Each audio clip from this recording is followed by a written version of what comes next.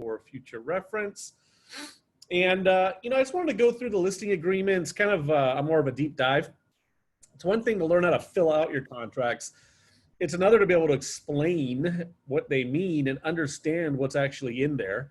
And remember, guys and gals, unless you are an attorney, you're not an attorney. So, you know, there's only so much you can really do, but you can interpret to a certain level, but making recommendations, there's a, you know, there's a border, there's a line that you're not supposed to cross by giving legal advice. And you guys all have access to CAR Legal for, you know, that kind of legal advice, and it's included in your board dues, which is pretty cool. So with that said, let's go ahead and jump in, and we'll start taking a look at the listing agreements. We are going to look at the coronavirus addendum. We're going to look at the seller exclusion form if it's not going to the MLS right away. And then I'm going to talk briefly about the MLS and the National Association of Realtors Clear Cooperation Policy. So first and foremost, we'll go through the listing agreements. You can see on my screen here in what used to be called Zip Forms, now Transactions by Lone Wolf. They've sold, I guess. There are 3 different listing agreements down here, okay? There's 3 different ones. We have the exclusive right to sell, we have an open listing, and we have a seller reserved, formerly known as the agency listing agreement. And I'm gonna show you in here the differences. It's literally 1 paragraph with like 1 or 2 sentences on each one, okay? So the open listing is the least restrictive. And as the name implies, it basically means the seller can sell to anybody and you may not be entitled to a commission, but let's go ahead and take a look at what that really means. So your open listing agreement is going to be more geared towards, you know, your for sale by owners, you know, a seller that's just not willing to commit to you, but you still want to make sure you have an agreement signed. The agreement, the listing agreement, and everything that it provides for, they're all basically the same. But what's different is this paragraph down here, paragraph 3G, right? Compensation 3G. This is a non-exclusive agency listing, non-exclusive. The seller reserves the right to sell the property directly to a purchaser, just a consumer, or with another real estate broker. Okay, so the open agreement just gives you the right to market the property, earn a commission if you procure a buyer, but the seller can still sell to anybody they want, and they can use another agent. If another agent brings that buyer, you would be entitled to no compensation. Okay, so that's like, again, super open. It's an open listing. It's not restrictive. Your commission isn't really protected because, again, they can you have another agent bring them a buyer, or they can sell directly to them without you. So that is one. The next one I'm going to show you here, as I go back, the seller reserved. So let's take a look at what that means. And guys, I'm going to mute you all, but if you have questions, just unmute yourself, drop a note in the chat, you know, wave me down, raise your hand, whatever it takes. Just let me know, okay? So the next one's the open listing agreement. I'm sorry, the seller reserved. And again, if I go to paragraph 3, compensation, I scroll down to G, this is an exclusive agency listing. Seller reserves the right to sell the property directly to a purchaser, okay? So in the open listing, the seller can work directly with a buyer, or they can have another agent bring them an offer. In this one, the seller reserved, the seller can still sell directly to a consumer, or directly to a buyer, but they can't use an outside agent. Another agent can't bring them the buyer. That's protected for you as the sole agent or an agency listing. So that's what the seller protected is, okay? But the one you really want, guys, is the exclusive right to sell. This is the one we use the majority of the time, okay? Now, I'm not going to go through the extra docs like the agency, disclosure, and the consent to represent more than one buyer or seller, the wire fraud advisory. When we do a deep dive, which will take a couple classes into the offer, which will start on our next class, we will go through these forms, okay? What I wanted to do is go through the actual agreements. So let's start here. So first of all, We have the exclusive right to sell, paragraph number 1. This is just going to identify some parties for us. So we've got the seller, all right? In this case, I got a trust. We have us, the brokerage, right? Keller Williams Pacific Estates, or Pacific Estates Cerritos, Pacific Estates La Mirada.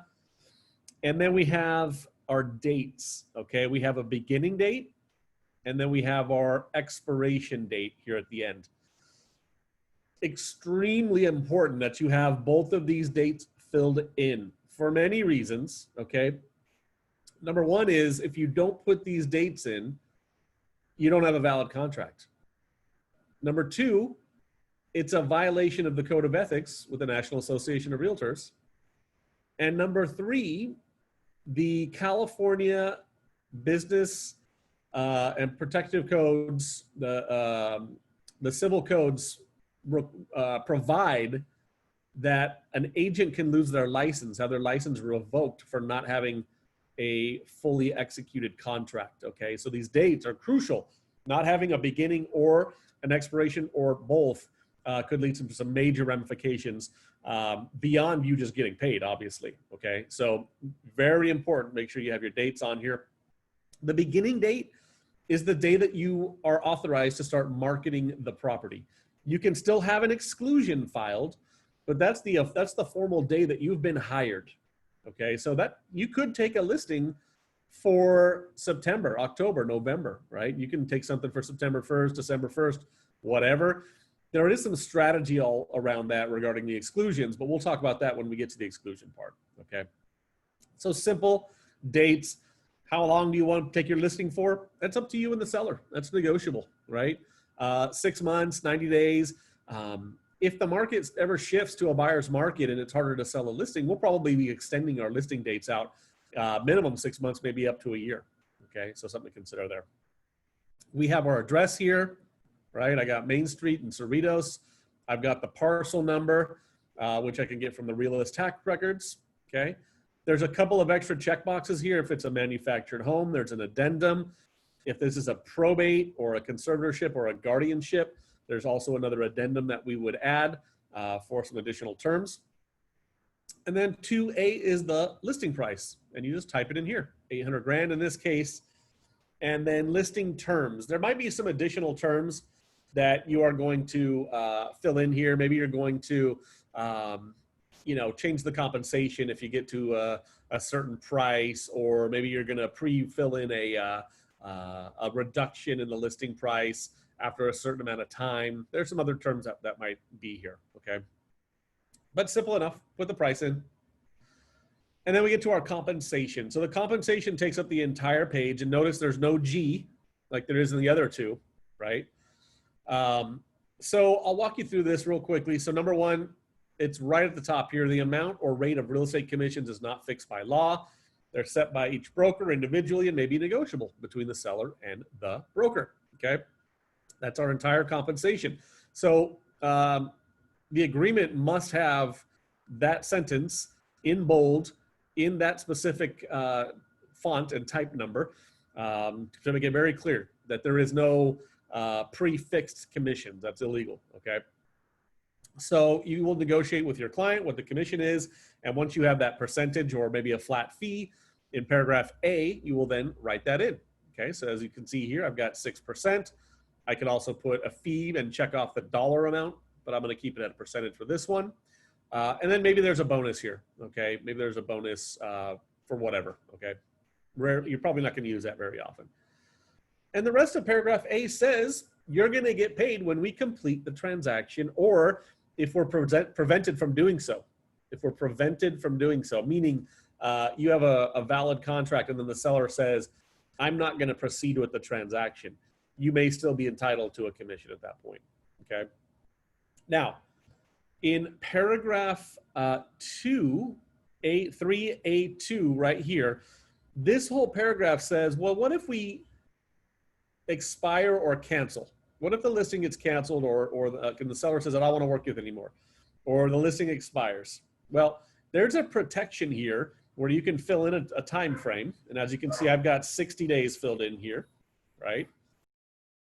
And it basically is a protection that if the seller sells to somebody that you showed, right, and you give them a list of all those people that you showed in writing, then you may still be entitled a commission, okay? Now, the last sentence here, broker has given seller a written notice of the names of these prospective buyers. So you'll want to keep good records so as you go through and are showing property and it's your listing, you want to make sure you keep a record of the people that looked at the property, the name of the buyers. And this will be a lot easier right now because you're going to have a PED form signed by all these people. So you'll have that record, okay? So, and again, this is 60 days after cancellation, after expiration, right? So there's a couple of protections there for you, okay? All right.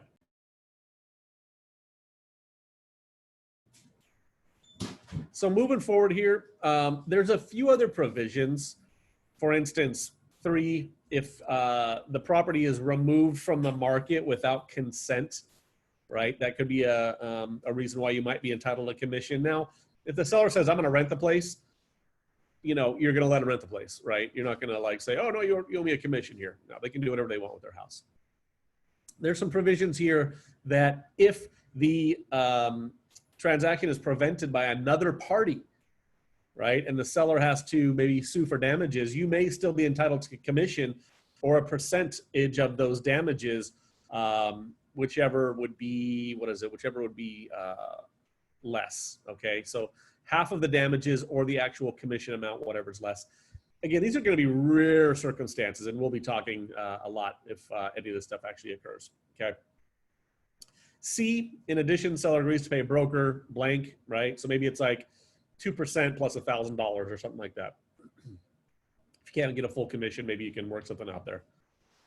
D, it notes here that the seller's been advised of our policy regarding cooperation, compensation for outside brokers, for buyer's agents, basically, right? And here's where we're going to tell the seller how much we're going to offer the outside agents, the cooperating agents through the MLS, right? And that's what this whole agreement's all about, is an agreement for commission and cooperation, and then to market the property and then get your job done, okay?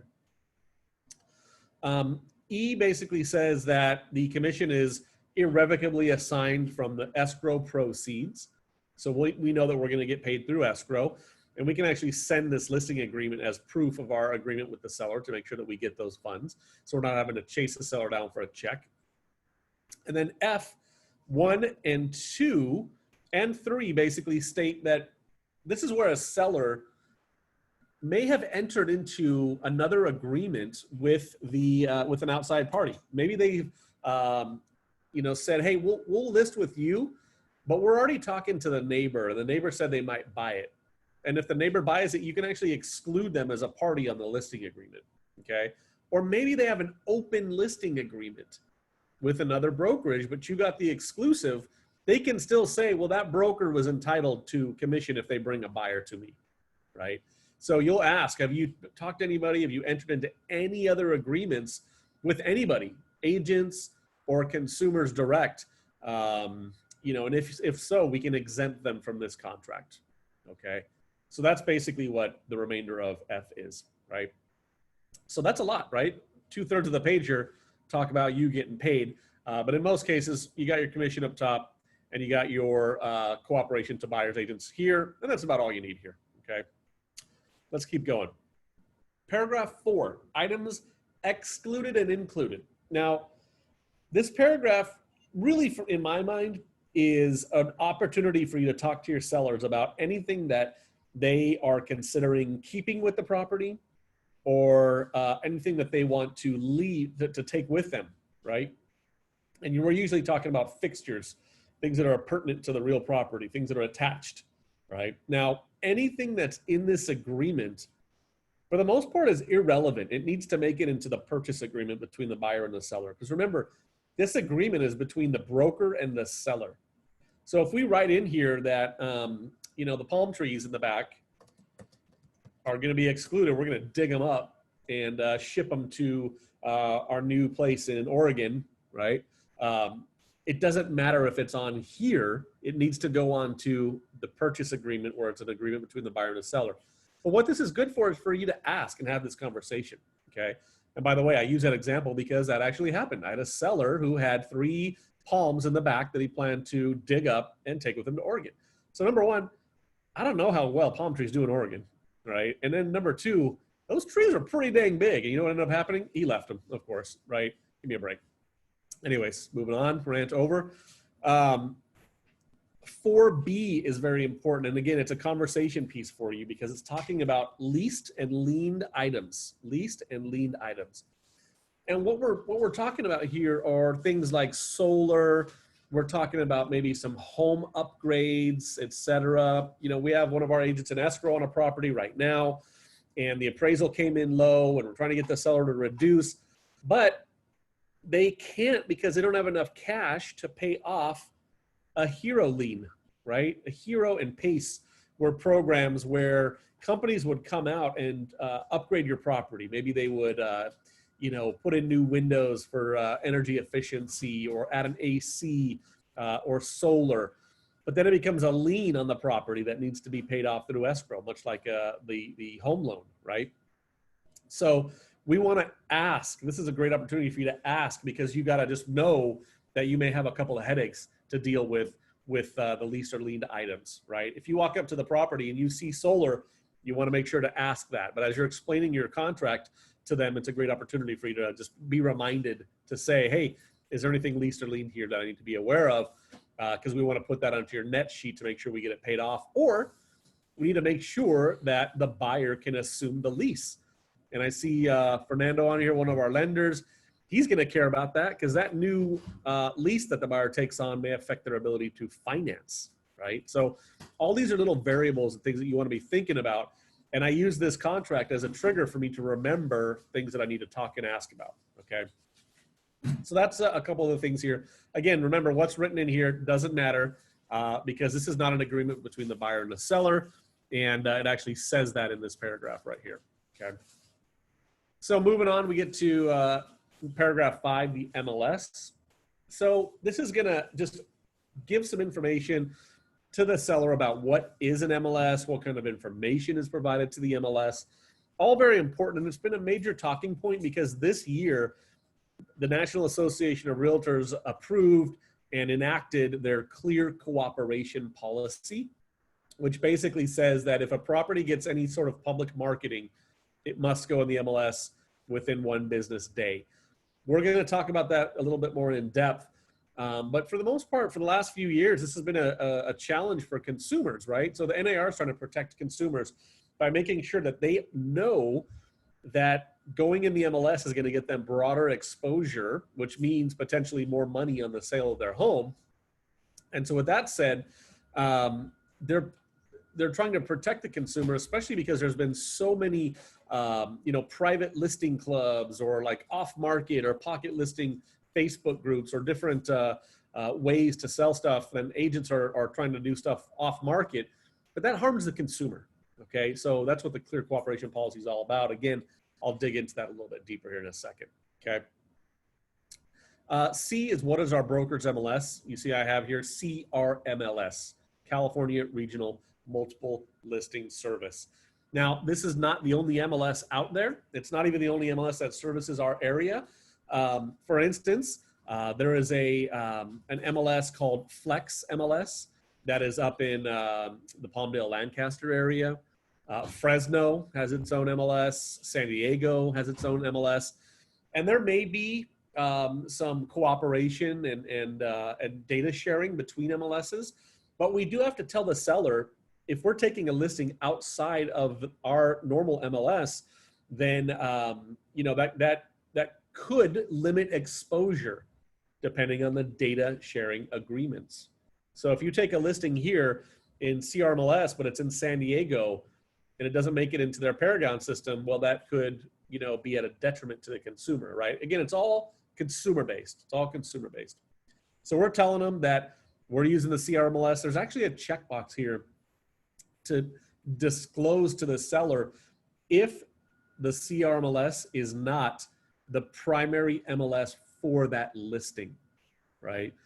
Palm Springs, I think, has their own MLS. So if I'm taking something out of area in Fresno, I need to tell the seller that because I would have to go join that board, right? I have to join a different board, get a different MLS. And if you guys got to join it, that means I have to join it. And we typically aren't going to do that for areas that we don't normally service, okay? Unless you pay the fees for it all, which, you know, it's a couple $100, but still, it's money is money, right? All right, let's keep going here. Notice all this paragraph 5, paragraph 6, paragraph 7 is all MLS and clear cooperation related. That's to show you how important this stuff is. So as I kind of hinted at, paragraph 6, benefits of using the MLS, impact of opting out. It's all about exposure, right? Exposure to buyers. Impact of opting out could mean less agents and less consumers can see your listing, which means you may get less money. You may get less money if there's a reduction in exposure or not using the local MLS as we should. Okay, so we have to tell the seller that, you know, seller beware. All righty, let's keep going here. So 7, right, is all clear cooperation. So 7A, clear cooperation. You'll hear this, you know, talked about more and more. It actually came into effect just a few months ago. June 1st is when this started. It actually came into effect January 1st, but it started being enforced on June 1st, okay? So the clear cooperation, our MLS rules do require that we cooperate with the clear cooperation rule, okay, for 1 to 4 units and vacant lot listings. And the rule is any listing that is marketed to the public must go in the MLS within 1 business day, okay? That's one rule. There is another rule, which we'll get to in a second, okay? Public marketing.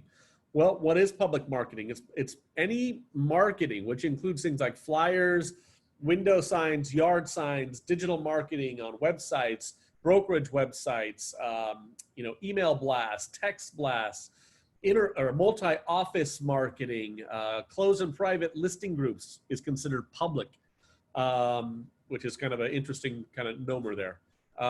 The only thing that public marketing is not is when you market it to other brokers or agents within our office, within the market center, or those agents' clients direct one-to-one, okay? So if Jen, you took a listing, you could share that with Suhei because you're both at Pacific Estates.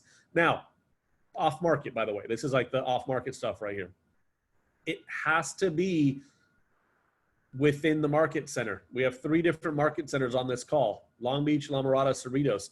You can only market within those market centers directly, not all 3, okay? Because they're different brokerages completely, even though I'm the broker for all of them. They're different corporations and brokerages, okay? There's talk that we may have a little bit more exposure there, but until that happens, just know that, you know, any non-public marketing is directly within our office or to your own clients. C talks about coming soon. We do have a coming soon status now in the MLS, right? And I'm going to go through that when I show you some slides on clear cooperation in a minute here. And this paragraph just says that we need to talk to the seller about what coming soon is. Coming soon is a new status. It does allow for public marketing. It does not accrue days on market. It's limited to 21 days. And after the 21 days, the property must go in the MLS as active, or possibly you could change it to a hold status if you have a hold agreement in writing, okay? So I think, well, let me go a little farther here. So we just need to tell the seller what coming soon is. No showings to anybody, not even your own clients, in the coming soon status. And this is why it's important that you have a conversation with your sellers and say, here's what coming soon means. I can do all the marketing I want. I can build interest lists. Your days on market's not going to go up, but I can't show it to anybody. Now, can you sell it? Yeah, you can accept an offer subject to interior inspection, right? And then you can immediately go into pending or active under contract. And then the buyer can go look at the house. But if it's coming soon, it may not be shown, okay? Let's keep going. D, seller instructs the broker to market the property to the public on a specific date, okay? If that date is not the same date as our beginning date, right? And we're not going to go in the coming soon status, then we need to exclude the property from the MLS. And that's why it says may require the SELM, seller exclusion of listing from the MLS. So this is the day we want to market, or seller instructs broker not to market the property to the public. No marketing to the public. Again, exclusion required. Okay. And that's what basically, so that's what this beginning part says. We will need an SELM. So we do still need those. Okay. And we'll look at that after we finish reviewing here. Okay. And then E in bold. Even if we exclude the property or wait to market the property for a certain amount of time, the seller understands and agrees that should any public marketing of the listing occur, it's got to go in the MLS within a business day. Okay. So just remember that that's one of our major new rules. Okay. Public marketing, active or coming soon, 1 business day. Try to make it short and sweet. There's a second rule. The second rule is when you take a listing, it must go in the MLS as active or coming soon, or have an exclusion filed within 48 hours. Okay, within 48 hours. So I'll tell you what, let's back out real quick and let's look at the exclusion. And we'll look at the clear cooperation policy real quick. Exclusion is pretty simple. It just says what our declared MLS is.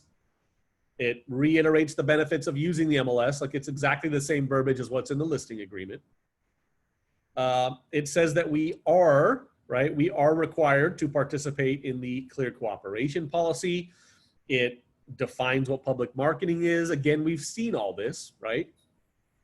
And then in paragraph 4, it gives us the options to either don't market immediately until this date, or don't market at all during the entire listing, right? And then it reiterates that if we use one of these 2 check boxes, we have to put it in the property within 1 business day. So this is almost exactly the same as what's in the listing agreement. The CRMLS is still having us use this form, even though it's reiterated in the listing agreement. And remember, you may be asked to provide this form or the listing agreement if maybe you put a sign up and you haven't put in the MLS, or somebody tells on you or whatever. That could all become an issue. So you'll want to have this on hand. Now, in the past, we used to have to take this form and we'd have to go to a CRMLS website, crmls.org, and we used to have to upload this document to CRMLS so they know about it, right? That way they know there's a listing agreement and that it's been excluded and it's not being marketed to the public. Okay, well, they just as of last week no longer require you to upload this form. But what they do require is that you go into the MLS and add it as a registered listing. Okay, so let's take a look at that real quick. So I'm going to go ahead and reshare here, and I'm going to show you what the clear cooperation policy looks like. And it talks a little bit about the statuses. So we talked about public marketing, right? Anyone that's not in our brokerage or has signed an agency disclosure, anything else is public marketing. And here's our process, right? So we have 2 days from the listing contract date, the beginning date, to put a listing as registered, coming soon, or active. Okay, that's rule number 1. And if any public marketing occurs, 1 business day, coming soon, or active. So those are the 2 rules, and they kind of work hand in hand, right? And if this is all terribly confusing, when you take your listing, let me know, and I'll help you figure out what you need to do, okay? Let's look at the 3 different statuses that we have now, though. Registered or waiver. Again, this is you going in the MLS to the add, edit listing. You add a new listing. You're going to put in it's limited information. What do we need to do for a registered? Address, the listing beginning date, the price, the expiration date, and the day that we're going to go marketing, which means basically going coming soon or active. So that's all you need to type it into the MLS as registered. You're not doing a full-blown listing. You're not putting photos in, writing up your description, et cetera, okay? So you'll go in and exclude it that way. No marketing may occur in the registered status. It is not going to be in the MLS. It's not searchable when you enter it as registered by anybody but me, okay? No commission is offered, meaning you're not here to sell the property and offer compensation. The days on market does not accrue at all. No distribution through the MLS. Like I said, it's not searchable. It's not displayed. Other brokerages or the public can't see it as registered. And you can only show it to your own clients or the clients of our listing brokerage. So that's the registered status. So here's the scenario. You take a listing, it's not going to go active. They want to fix the property up. We're not going to do any marketing on it. You take the listing, you put it in as registered, and then you just declare when your start date will be. Maybe a week, maybe a month, maybe 3 months, whatever that might look like, okay? Now, let's say you want to start marketing the property to the public. Let's say they've been fixing it up. It's good enough for photos. They might still need another week or two. You can now put that as coming soon, okay? Coming soon. So what that means is marketing allowed. You can put your sign up. You can start running ads. You can put email, text blasts out to your clients. It is in the MLS. You guys have probably seen it. You can search by coming soon in the MLS. There is compensation offered, meaning you can accept an offer subject to inspection because there's no showings. Days on market does not accrue. So when you put your listing active, it'll still be 0 DOM. Limited distribution through the MLS. So previously, it wouldn't go on all the major portals like Zillow or Realtor.com, but it would go to what's called a virtual office website. Redfin is a virtual office website. So they previously had access. They've loosened this up now though, so coming soon should be accessible on pretty much all websites now. No showings. That's the key here. You cannot show the property to anyone, your own clients included. And then limited to 21 days. Can you have an extension past 21 days? No. If you go active, can you go back to coming soon? No. It's a one-time deal, okay? One-time deal. It doesn't have to be for 21 days, but it can't be more than 21 days in the coming soon status. And then lastly, we have our active, which you guys know already, full-blown. We're in the MLS. Marketing's allowed. It's in the MLS. There's compensation. The DOM starts. It's full distribution to all websites. We're showing the property. That's your normal listing status at that point, okay? So again, questions, drop them in the chat, unmute yourself. But that's basically what our new statuses look like, okay? So let's go ahead and get back into our listing agreement. We'll keep on going here. You guys good? Everybody cool? Yeah? Okay, you're very quiet, so I'm assuming you're either completely overwhelmed or this all makes 100% sense. I'm gonna go with the latter. Okay, we are back in our listing agreement. I think we were on page number 3 here. Okay, cool. So we got through most of this here, and now we're basically back to MLS data on the internet. So we just did clear cooperation, exclusions, all that stuff, and it's a lot. I get it, okay? Again, you guys know where to reach me if you have questions. Data on the internet. So the seller can decide not to display the address in the MLS. Going to make it a little harder to sell the property. I don't know that I've ever seen that happen.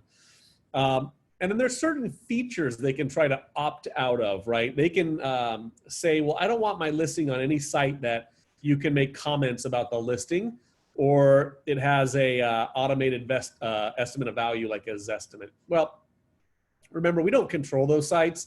So we can opt out of those features, but once it's out on those sites, we don't control that. So it does say on here that we may not have the ability to control or block those types of features, but again, it's a talking point. It's a talking point. Here's some great stuff here. Seller representations. They're representing that they're not aware of any notice of default, delinquencies on any loans, bankruptcies, or any other proceeding regarding insolvency, any litigation, arbitration, administrative action, government investigations, pending or threatened actions that may affect the title or the ability to transfer the property, okay? Any current pending or proposed special assessments, like maybe for an HOA, right? And let's see, I think that's about it. So, this is a great talking point again. Is there anything that could affect you being able to deliver clear title or sell your property? You need to let us know about that up front, right? Number 10, broker and seller duties. I love these paragraphs. This is the scope of duty. This is where it tells you what you're going to do and what they're going to do.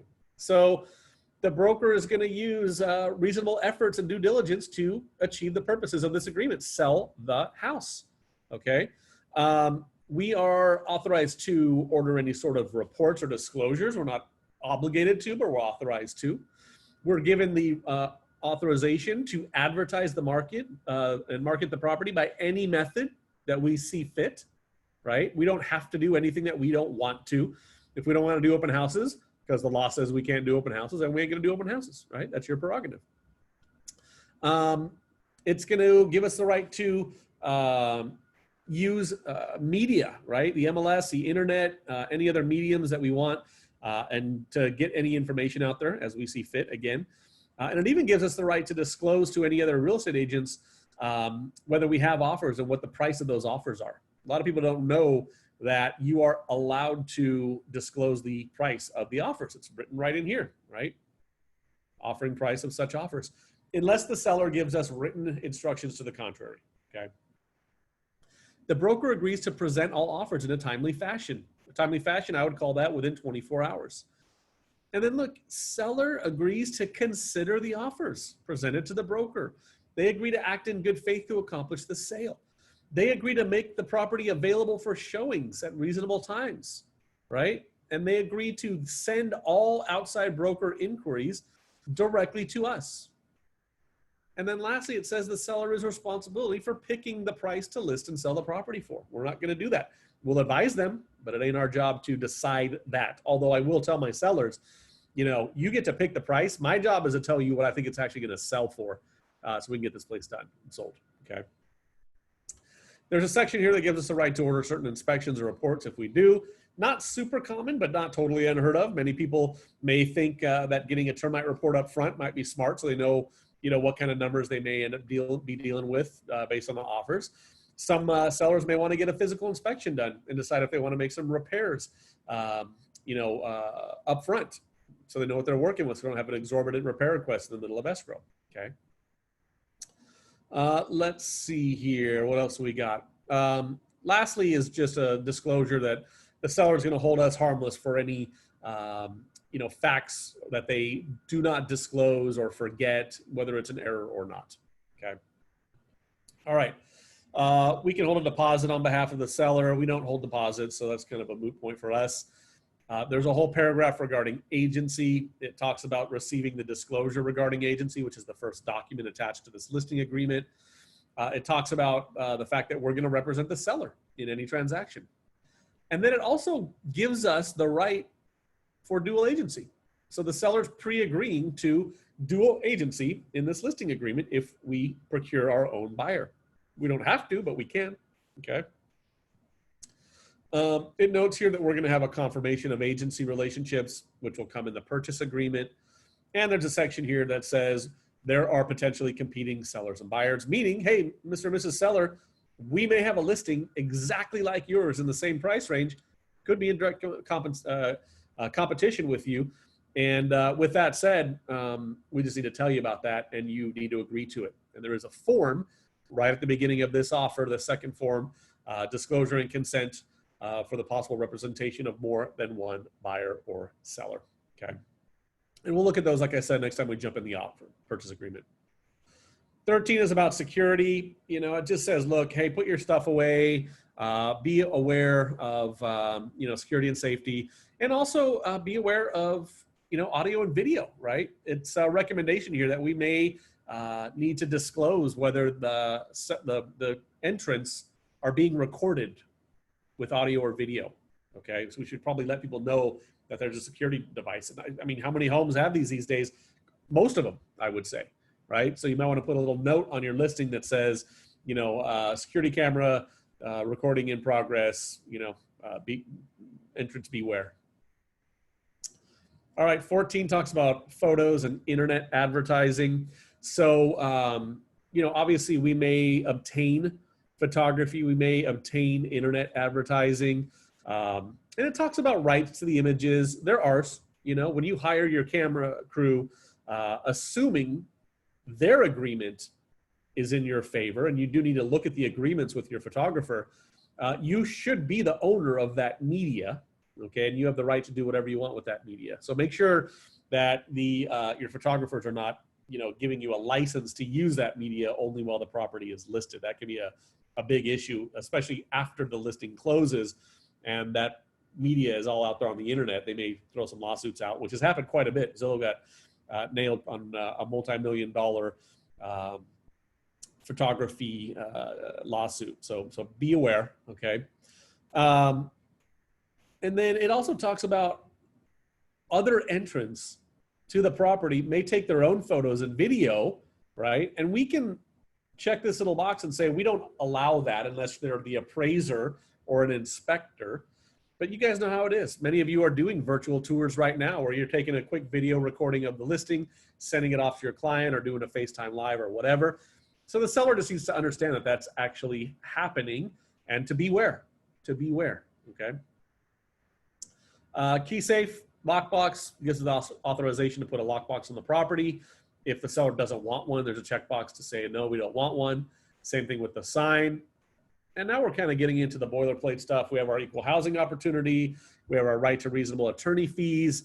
We have any additional terms. Maybe it's an REO or a short sale or a trust, or the seller's going to buy another property. There's a contingency there.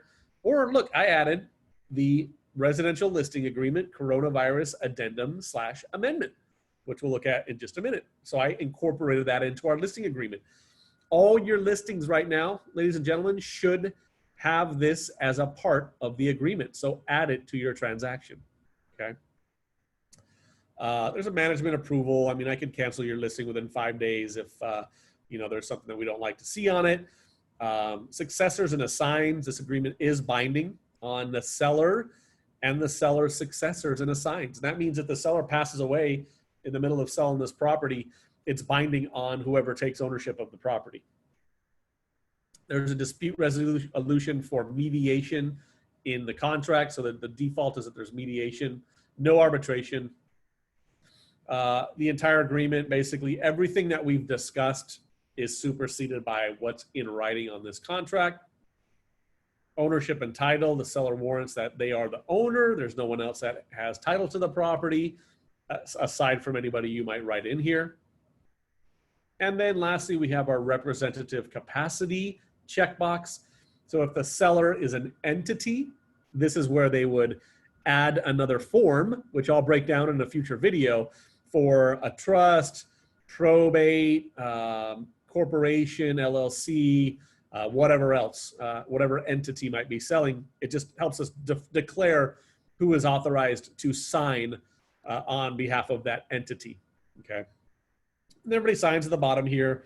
You will sign at the bottom as well. There's a checkbox for co-listing, co-broker, right, on there as well. And that's it for the listing agreement. Now with this, we do get a 2-page seller advisory. Again, another great form that you can talk to your clients about. It just talks about selling a property, has a lot of steps.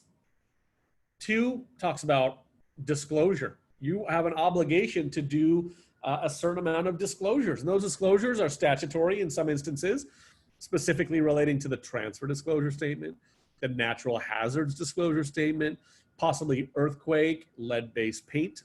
And all those statutory disclosures have rescission rights, even if they're received after your buyer removes all of their contingencies. If that TDS comes late or that NHD comes late, your buyer can cancel based on the information provided there within 3 days. So get your disclosures done very, very quickly. It goes on to talk about death, right? Disclosing a death on the property within the past 3 years. And then it talks about condo, common interest, planned unit developments, and the disclosures that they need to provide, which are things like the CC&Rs, the bylaws, the rules and regulations, the meeting minutes, the budgets, etc. And it does note on here, you may want to get this stuff right away, Mr. and Mrs. Seller. Number one, it may take a while to get the documents. And number two, you don't want to be providing this stuff way late in the game to your clients. You generally be be preferring to get this stuff right up front, okay? Let's see here. Contract term, legal requirements. There's some great stuff here. A says the buyer may request that you make repairs or offer credits to them. And your decision on whether you will do that or not may affect your ability to sell at the price you have listed, right? So we're basically saying, hey, if your price is too high, you may need to negotiate on the back end a little bit here, right? And just FYI, guys and gals, I always put a 1% credit for repairs on my seller net sheets, right? When I'm taking a listing, I put a 1% budget for repairs plus a couple grand for termite. And I'm all about under promise and over deliver, right? So that way, if I get a repair request and it's less than 1%, I can show the seller a net sheet and say, hey, this repair request actually is going to net you more money than what I originally showed you at the beginning. How does that sound, right? That's a pretty easy way to get a repair request or credit accepted, I would say, right? Or if it's right at 1%, or if it's no request, you're going to look like the hero. But if you don't put that credit in there and then you get a $5,000 repair credit request and you got to go update the net sheet, well, now it's minus $5,000, right? Doesn't look quite as good. So go the other way. And it's a great time to talk to your client about repair requests just in general, right? Also, withholding taxes, right? Depending on them, what type of property they're selling. If it's a rental property, non-owner occupied, and you're not doing a 1031 exchange, you may need to withhold a certain part of your taxes. And there's a form called a seller's affidavit that will give you the ability to declare whether you need to withhold any sort of monies on a federal or state level, okay? So definitely beware with that. Whenever I have a client that's selling a property, owner occupied or not, I always ask, have you talked to your accountant about it yet, right? Let's see if you're gonna have any tax liability. Obviously, prohibition against discrimination. I've brought this up at our team meetings recently. If you have a listing, when you receive a love letter from the buyer, those buyer letters that are so common, you should be telling your seller to not use those letters as a reason to choose an offer, because inadvertently they may be, discriminating at some level, because you get those letters and they have pictures many times, and it gives your seller the chance to say, oh, wow, I want to work with them. They look like a great family. Okay, well, now you're discriminating against people that don't have a family, a single person, right? Or, oh, they have kids. Well, are you discriminating against somebody that may not have the ability to have children, right? So innocuous, we don't even think about it, and yet we have to really pay attention to this, critically important. Jen, where do we find a seller net sheet? I personally have escrow draft these for us. I always, you can do them yourself. I prefer to have a third party do them because then it's not coming from me. So give escrow a call. They can put one of those together for you in 2 seconds. Talks about lead-based paint, et cetera, legal, other tax implications. So again, this is all great talking points to remind your clients, hey, you want to go and do X, Y, and Z. You want to consider this, all these little talking points that we've brought up, okay? Marketing consideration, it talks about pre-sale inspections, getting the property for sale, like I talked about already. It talks about post-sale protections, such as providing a home warranty for the buyer in case something breaks after the close of escrow, they don't come back at you. It talks about safety precautions, right? Keeping valuables locked up, being aware that, once you put that for sale sign up, there are, people out there that are preying on others out there, especially with our pandemic and a lot of, jobless, et cetera. So just be aware, keep your stuff put away. If you got to save or move stuff off site or whatever, just pay attention, okay? So that is our 2-page seller advisory. And that's basically it. We have a consumer privacy protection notice here, which we'll talk about when we break down the offer. We only got a few minutes left, so I do want to jump into the coronavirus addendum, because I think that's the last form we have in here. As I said, any listing you take right now, you should be adding this form. Well, what do we got? First is a 2-page listing agreement addendum or amendment. It starts by explaining about the pandemic. And then it basically is granting you the ability to show or allow showings. So is the seller going to let you show property? The default is yes, so you don't need to touch it, okay? Now you can limit who sees the property.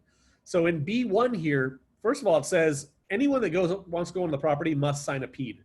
Okay. If you have a listing and someone says, I'm not signing that, then you tell them it's the law, you can't come in, period, right? It's not this is probably the right thing to do, a best practice. No, it's California Department of Health law, and they will follow the rules on the PED, okay?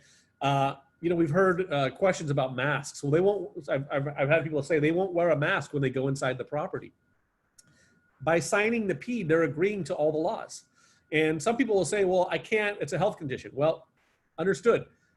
We can enforce them having to wear a mask because it's a public health issue. The laws change when we're dealing with public health. So just be aware, okay? And I highly recommend memorize the PED and memorize the best practices form we're gonna look at, okay? So there's not even an option to remove the fact that they're gonna sign a PED. We can also limit anyone that goes in the property by verifying their ability to purchase through a bank statement for cash and or a pre-approval letter from a lender or a loan officer, okay? So we can actually limit by that. We can say no showings unless you're pre-approved. I had one, I actually looked at a property for myself maybe a month ago, and the note said that please send your pre-approval or PED, right? I actually called the agent. I said, hey, I haven't gone through the full pre-approval. Would you mind if I just still went and took a look at the property? And they were like, no problem, it's all good. So they probably didn't have that box checked, but you can do that if you want. If you don't want to let just anybody come on in the property, you can limit that. There's a third limitation here. The buyers must represent that they previously have viewed the property online already, right? They viewed the pictures, they viewed the virtual tour or whatever. I can't imagine that there's very many people that are going to go look at a house without having already looked at it online already. So that's probably happening in all the cases right now, right? So I wouldn't worry too much about that. The second section talks about marketing activities. The default here with no boxes checked says we can do all of our normal marketing activities. If we're going to limit anything, then you would only check off the things that are specifically things that you're going to do. Put a sign, get the staging done, do your visual inspection, do the virtual tour and photographs. But if you're not going to do landscaping or painting, you can say, I'm not going to do those two items, okay? If the seller says, I want to sell, but I'm not going to allow any of this stuff. Well, they check that box. And we would then have a conversation about what that means in paragraph 4, okay? Same thing with paragraph 3, post acceptance and other necessary sale activities. The seller is agreeing to let us do our normal stuff, right? Conduct an inspection from the HOA, help the buyers do their inspection, get their appraisal, get their insurance inspection, get any sort of government inspections, do our AVID, put up the termite tents, all the normal things that we would do in a sale. The default here is the seller saying you can do all that stuff. If they don't agree, they would check the box and say, we don't allow any of that stuff.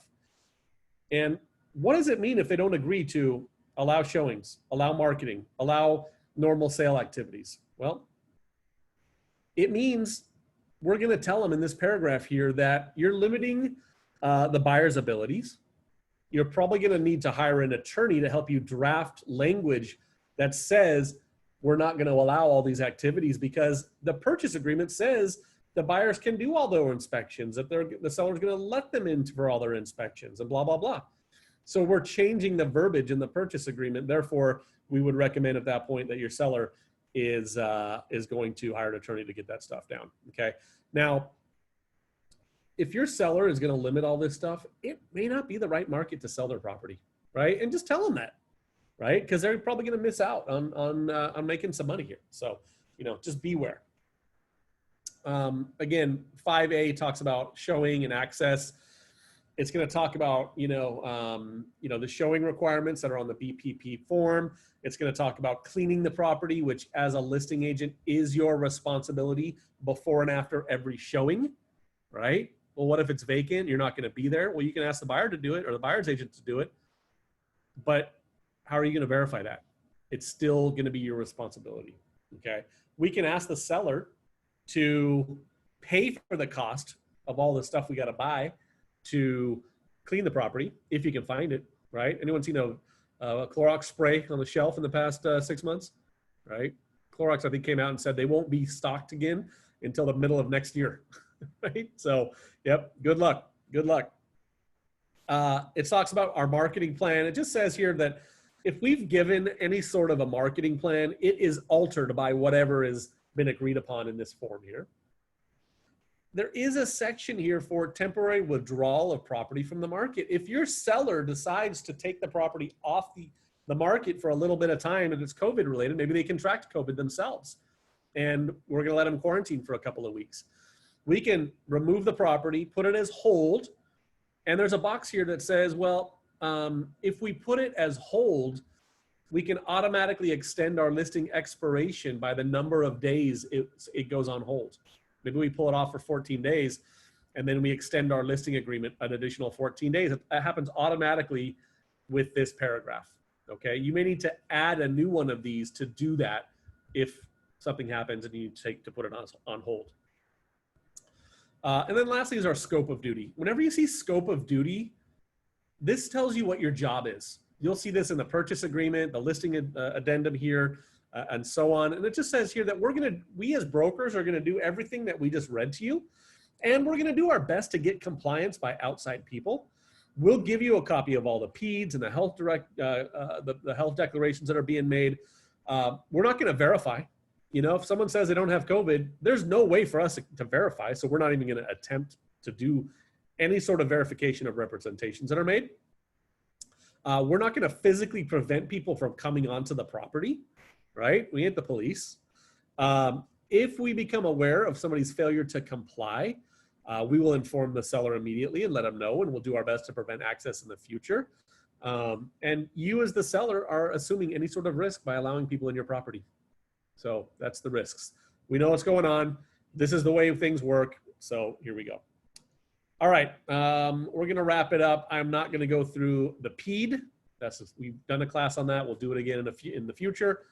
And then again, guys, this BPPP form, best practices and COVID prevention plan, it's a 2-pager. It tells you exactly what the rules are for showing, for listing and buyer agents, how to clean a property, what the rules are for visitors and sellers. Guys and gals, if you're out in the field, if you're working and you're showing property, you need to read this and you need to memorize it 100%. Okay, 4 o'clock on the dot. Phew, we did it. That was a lot. We may need to like chunk this class down, and but the good news is, through the magic of technology and the internet, it is recorded, so you will be able to go back and watch little portions at your discretion. Anyone have any questions? Any questions, comments I can answer for you right now before we wrap up? I have a question, Nick. Go for it. So seeing that supplies for disinfecting and all that is low, how do you handle that if you cannot find those supplies as the listing agent to be doing that for each and every showing, considering there's so many showings right now? So that's a great question. And my answer may not be very popular, but it may be that you may not be able to service the listing, right? You may need to tell the seller, I don't have the equipment and capability to do this. If you can get me that material or pay for the cost of it, I'll be able to sell your property. Otherwise, you may have to just say, I can't take the listing. So yeah, it doesn't say anything that we have to spray. So the Lysol comment was kind of a joke, kind of not. I've seen wipes in abundance. I've seen hand sanitizer everywhere. I saw pallets of masks at Home Depot just recently, like not even a couple of weeks ago. So I think generally the things that you would need are mostly available. You can use the wipes to wipe down surfaces.